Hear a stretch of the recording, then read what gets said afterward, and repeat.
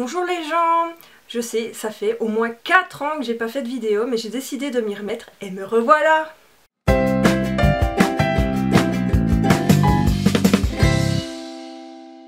Donc pour cette nouvelle vidéo, j'ai décidé de reprendre un tag.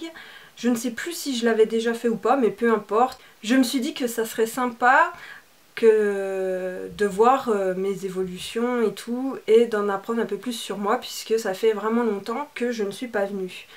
Donc je suis un peu timide, on va dire, parce que ça fait longtemps.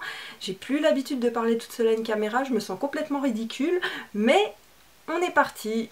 Le tag s'appelle Mon rapport à la lecture, je l'ai vu sur plein de chaînes et je ne saurais plus vous dire lesquelles.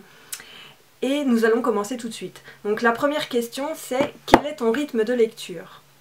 Alors cela peut dépendre, quand je suis bien motivée, que j'ai le temps et tout, ça peut aller à 1 livre par jour. Donc 7 livres par semaine. Et puis si je suis moins motivée, c'est 2-3 livres par semaine. Et quand je suis vraiment pas du tout motivée, c'est 2-3 livres par mois. Mais c'est vrai que quand même je lis assez vite quand j'ai le temps et que je suis motivée. Je suis quelqu'un qui lit beaucoup et qui lit vite. Deuxième question, 1 ou plusieurs livres en même temps? Un seul. J'ai beaucoup de mal à me mettre dans plusieurs livres en même temps parce que j'ai tendance à confondre les deux histoires sinon. Donc je préfère complètement lire qu'un seul livre. À part si le deuxième livre c'est un livre comme celui-ci par exemple, hein, un livre informatif, là c'est la Bible des Fées qui appartient à ma sœur. Et si c'est un livre informatif comme ça, bah, j'aime bien piocher dedans de temps en temps et tout, et lire un roman à côté. Mais sinon c'est un seul livre par tour, voilà. Papier ou e-book? Alors je pense que ça se voit, hein. Plutôt papier. Je lis quelques livres en e-book, mais c'est vrai que j'ai beaucoup de mal à m'y mettre. Et des fois j'ai l'impression de ne pas avoir lu le livre ou pas l'avoir bien lu quand j'ai lu en e-book. Et j'aime bien relire ensuite en papier parce que j'ai plus l'impression d'avoir lu. Et je sais que c'est étrange, mais c'est comme ça que je le sens. Ensuite, relis-tu tes livres? Oui, pas tous, parce que j'en ai beaucoup. Mais il y en a que j'aime beaucoup relire, que ce soit les Arsène Lupin, que j'aime énormément relire, et à chaque fois je suis à fond dedans.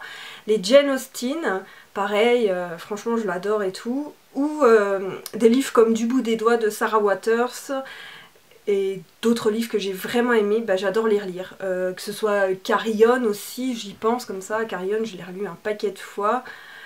Et voilà. C'est quand un livre m'a vraiment beaucoup marqué, m'a touchée, j'ai envie de le relire de temps en temps, de me remettre dans cet univers, de me remettre dans l'histoire, etc. Ensuite, quel genre de livre lis-tu principalement? Ça c'est une bonne question parce qu'en fait j'ai mes périodes et je lis un peu de tout.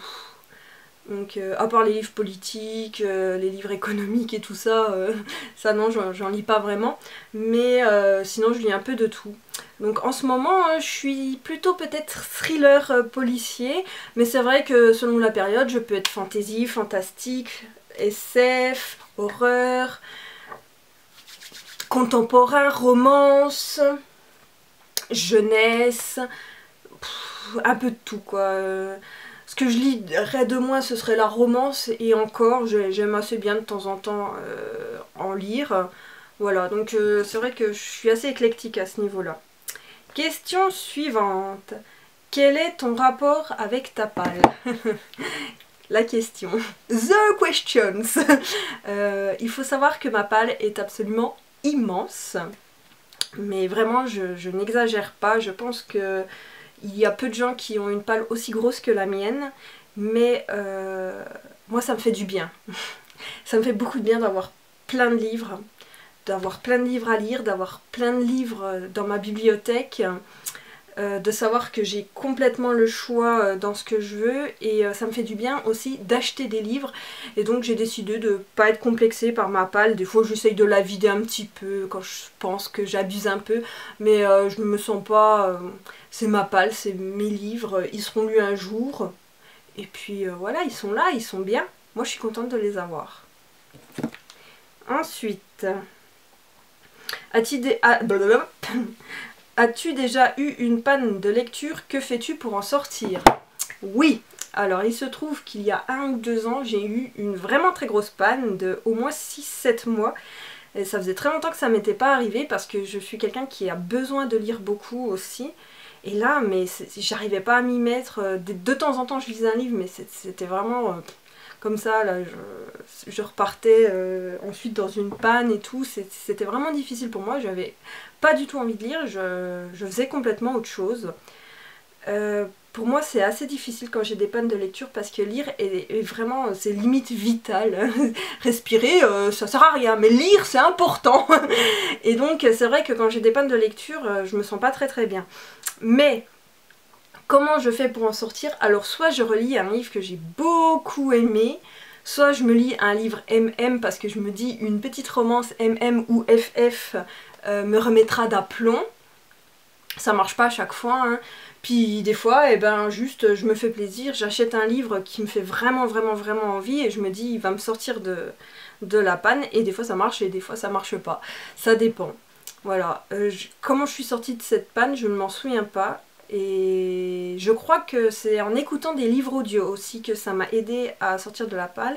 Donc je fais du diamond painting, vous savez c'est les petits diamants qu'on colle sur une toile. Et en même temps j'écoute un livre.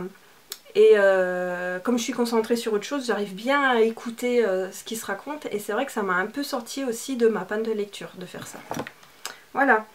Et enfin, la dernière question que je trouve la plus bizarre, c'est qu'est-ce qu'un lecteur? Ben pour moi, un lecteur, c'est quelqu'un qui lit.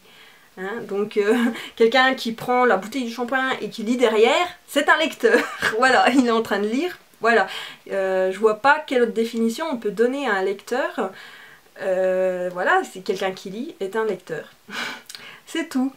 Bien, alors c'était très dur de faire cette vidéo, mais j'espère qu'elle vous aura plu. N'hésitez pas à me laisser un petit commentaire pour me le dire ou à mettre un pouce. Et voilà.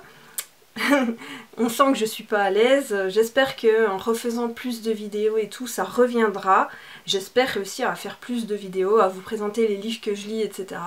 Et dites-moi si vous avez aussi des vidéos que vous avez envie que je fasse. Voilà, donc merci d'avoir regardé cette vidéo et à plus!